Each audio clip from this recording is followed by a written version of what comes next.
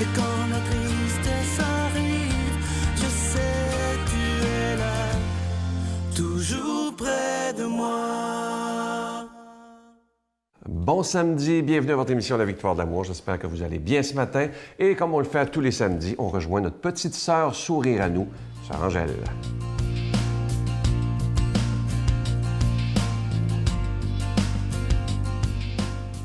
Mais bonjour, et puis bon samedi, puis bonne journée. Aujourd'hui, je vais vous parler des merveilles des saisons de la vie. Alors, vous voyez, les saisons de la vie, ça veut dire que vous avez le printemps, vous avez l'été, toute fleurie, vous avez l'automne, qui ce sont les feuilles d'automne, et l'hiver, les petits glaciers. Mais à travers ça, nous avons la lumière, toujours qui nous dirige, une lumière qui nous aide. Alors voilà, il y a un temps pour tout, il y a un temps pour toutes choses. Sous les cieux, un temps pour naître, un temps pour mourir, un temps pour planter, un temps pour arracher ce qui a été planté. Et à travers tout ça, vous avez la vie. Le printemps de la vie. C'est l'enfance et la jeunesse. C'est le temps des bourgeons en croissance, une promesse de la vie. Et l'été de la vie voit fleurir nos possibilités dans le service des autres. L'automne, c'est le temps des récoltes. Nous profitons des fruits de notre travail, de notre implication dans nos familles et dans nos milieux. Arrive l'hiver, avec nos dépouillements. Tout semble se faner et s'évanouir. Cependant, sous la blancheur des âges, se prépare une nouvelle vie éternelle. N'oublions pas que le grain de blé tombe en terre. S'il ne meurt pas, il reste seul. Mais s'il meurt, il porte beaucoup de fruits. C'est ce cycle des saisons de la vie et de la nature. Nous sommes comme la nature. Nous avons les 4 saisons. On naît, on grandit, on réalise, on étudie et après, on crée. On est vraiment comme la nature. La nature, elle a 4 saisons et justement, quand on va dans des pays qui ont juste une saison, il fait toujours chaud. Je lui dis, mais mon Dieu, vous êtes chanceux, il fait donc beau. Ben oui, elle dit, il fait toujours beau chez nous. Et c'est ça que vous voyez. Nous, on a la chance. Mais des fois, on s'est dit, si la chaleur peut arriver, puis quand on a chaud, oh, si la fraîcheur peut arriver. Et maintenant, on va dire, ben voilà, si les fleurs peuvent arriver et si les fruits peuvent arriver. Et ensuite, ceux qui ont planté, ils vont certainement cueillir ceux qui ont planté. Notre Père qui es aux cieux, que ton nom soit sanctifié, que ton règne vienne, que ta volonté soit faite sur la terre comme au ciel.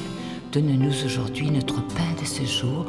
Pardonne-nous nos offenses comme nous pardonnons à ceux qui nous ont offensés. Ne nous laisse pas entrer en tentation, mais délivre-nous du mal. Car c'est à toi qu'appartient le règne, la puissance et la gloire pour les siècles des siècles. Amen. La Victoire de l'amour vous invite à sa retraite spirituelle dans le centre du Québec les 7, 8 et 9 octobre 2016, sous le thème « Le nom de Dieu et miséricorde ». Venez vivre des moments de ressourcement inoubliables en compagnie de l'abbé Éloi Giard, Pierre-Luc Bordelot, sœur Angèle, Sylvain Charon, Brigitte Bédard, Miguel Padilla, avec la présence exceptionnelle de Franck Nicolas, conférencier reconnu mondialement, qui nous enseignera sur l'importance du pardon. À l'hôtel et suite Le Dauphin à Drummondville. Réservé au 514-523-4433 ou sans frais 1-888-811-92-91. Venez vivre une expérience de libération intérieure inoubliable pour être enfin libre.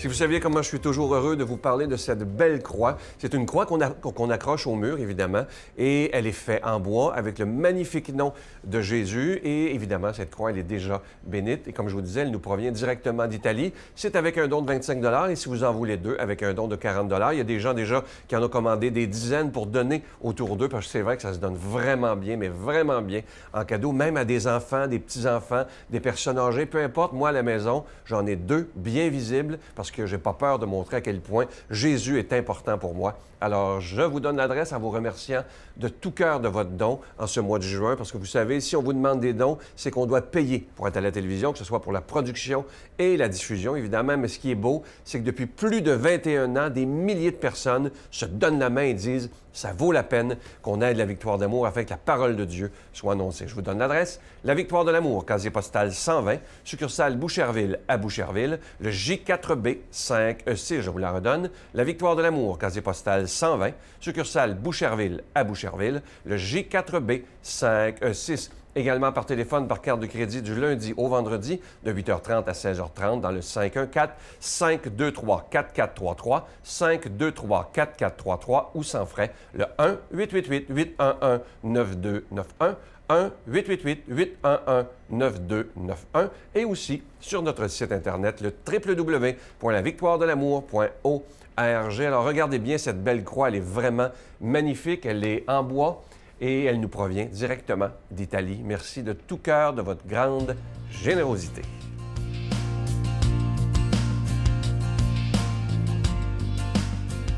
Mon Dieu, donnez-moi la sérénité d'accepter les choses que je ne peux changer, le courage de changer les choses que je peux et la sagesse d'en connaître la différence. Amen. Aujourd'hui, la parole de Dieu est proclamée par celui qui en est un passionné, l'abbé Robert Lemire.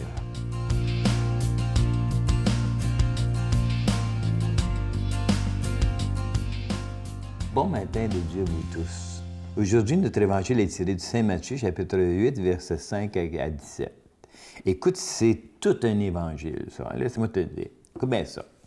Jésus était entré à Capharnaüm. Un centurion de l'armée romaine, un païen, vient à lui, il le supplia. « Seigneur, mon serviteur est au lit chez moi, paralysé. Il souffre terriblement. » Je lui ai dit, « Je vais aller le guérir. » Hein? Jésus lui a dit ça. Il dit, « Je vais aller le guérir. » Le centurion, « Non, non, non, Seigneur. Non. Seigneur, je ne suis pas digne que tu entres chez moi. Mais dis seulement une parole, et mon serviteur sera guéri. » Une parole de l'Évangile qu'on dit à la messe. Ainsi, moi qui suis un soumis à une autorité, j'ai des soldats sous mes ordres. Je dis à l'un, va, il va, à l'autre, il vient, il vient. Et à un autre, un esclave fait ceci, il le fait. À ces mots, Jésus fut dans l'admiration. Il dit à ceux qui le suivaient, Amen, Amen, je vous le déclare. Chez personne en Israël, j'ai trouvé une telle foi. Ah, wow! Ainsi, je vous le dis, beaucoup viendront de l'Orient et de l'Occident, et prendront place avec Abraham, Isaac et Jacob au festin du royaume des cieux, et les héritiers du royaume seront jetés dehors dans les ténèbres, là où il y aura des pleurs et des grincements de dents. Et Jésus dit au centurion, rentre chez toi, que tout se passe selon ta foi. Et le serviteur fut guéri à cette heure même-là. Hey, ça, c'est beau. Acclamons cette belle parole de Dieu. Moi, quand je regarde ça, là, premièrement, c'est un centurion de l'armée romaine. C'est un important, tu sais, de romain, mais c'est un païen, c'est un écœurant dans le fin fond, parce que c'est l'ennemi des Juifs. Hein? Puis pourtant, regarde, il va vers Jésus. Il a entendu parler de Jésus, puis il a dit, cet homme-là, il est extraordinaire, il peut faire n'importe quoi. Donc, le serviteur, il dit, puis là, il s'en va là, puis il dit, « Hey, Jésus, oui? » Il dit, « Mon serviteur, il est au lit. Mon esclave est au lit. Il est paralysé, puis il souffre. Mon esclave. » En tant que maître, pas grave, meurt, là, puis il va en prendre un autre, puis t'es juste un numéro. Ce qui est extraordinaire avec ce gars-là, c'est qu'il ne prend pas les gens comme des esclaves, comme des numéros, mais il voit leur humanité, il voit la beauté qu'ils ont. Même si c'est un esclave, comprends-tu, là, le gars, il peut l'aimer. Donc, Jésus nous fait prendre conscience que, hey, puis Jésus, il répond, là, je vais y aller. C'est que Jésus a comme cassé une barrière des croyants, puis il a dit, écoute-moi bien, même si c'est un païen, même si c'est un bon à rien, même si c'est un n'importe quoi, OK, c'est mon enfant.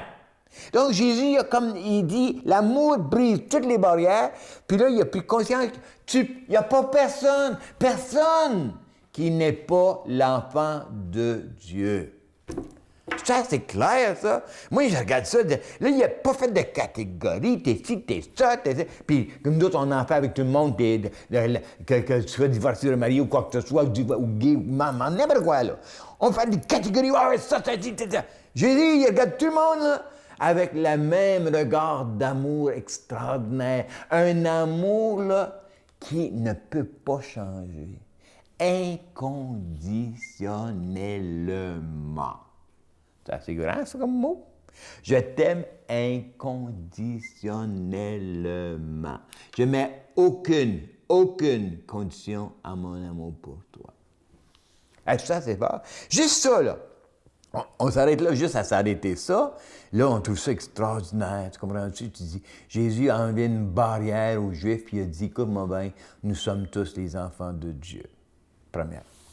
Ensuite, là, il nous fait prendre conscience aussi. Regarde, lui, le soldat, il a à cœur ce qui se passe alentour de lui. Il ne peut pas être indifférent à qui que ce soit. Donc, il y a une souffrance là, une souffrance là, une souffrance là. Qu'il soit n'importe quoi, il a pris conscience de sa souffrance, puis lui non plus, il n'a pas été indifférent. Donc, est-ce que chacun de nous, c'est là que le Seigneur nous amène un matin, à travers ce soldat romain. Est-ce que moi, j'ai des catégories de personnes, non, je ne l'aime pas, non, je ne suis pas d'accord, puis je les élimine de ma vie, puis même si je vois leur souffrance, je m'en fiche comme dans la 40. C'est ça, là.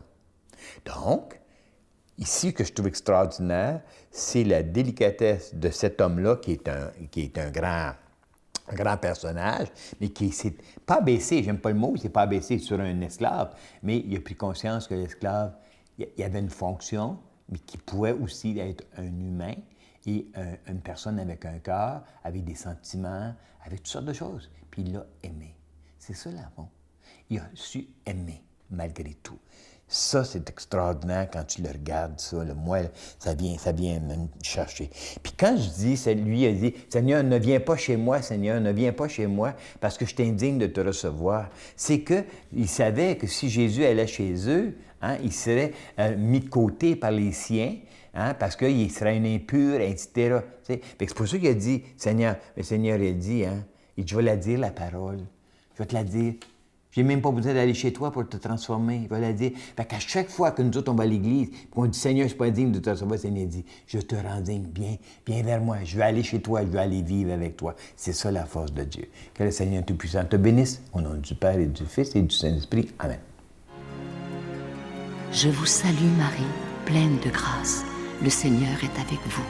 Vous êtes bénie entre toutes les femmes, et Jésus, le fruit de vos entrailles, est béni. Sainte Marie, Mère de Dieu, priez pour nous pauvres pécheurs, maintenant et à l'heure de notre mort. Amen. Je vous invite à être avec nous demain pour l'émission du dimanche. On reçoit l'abbé Paul Apka. Il est prêtre dans la région de Trois-Rivières. Et je dois vous dire que c'est un prêtre pas comme les autres. Même le Journal de Montréal a fait un article sur lui. Il est extrêmement moderne. Son église est pleine. Mais vous allez voir, lorsque je l'ai rencontré, il est tout simple. Même, il a l'air gêné. Mais quand il commence à parler de Jésus, je dois vous dire une chose, c'est là qu'on sent qu'il est habité d'une façon extraordinaire. Et vous allez on va vivre un beau moment parce qu'à la fin de l'entrevue, ensemble, on prie pour les gens qui souffrent à la maison, peu importe où les gens sont. Et moi, je dois vous dire que pendant la prière, j'avais les larmes aux yeux tellement c'était d'une profondeur qu'on voit très rarement. Alors, soyez là demain. Je vous souhaite une belle journée. Bye. Il faut dire que là où Dieu est, là aussi sont les hommes. Et notre humanité en elle-même, elle est empreinte de faiblesse et de manque. Et souvent, le manque humain est venu comme voiler l'action de Dieu ou la ternir. Et c'est dommage de le dire comme ça, mais souvent, les hommes ont fait mal à l'œuvre de Dieu.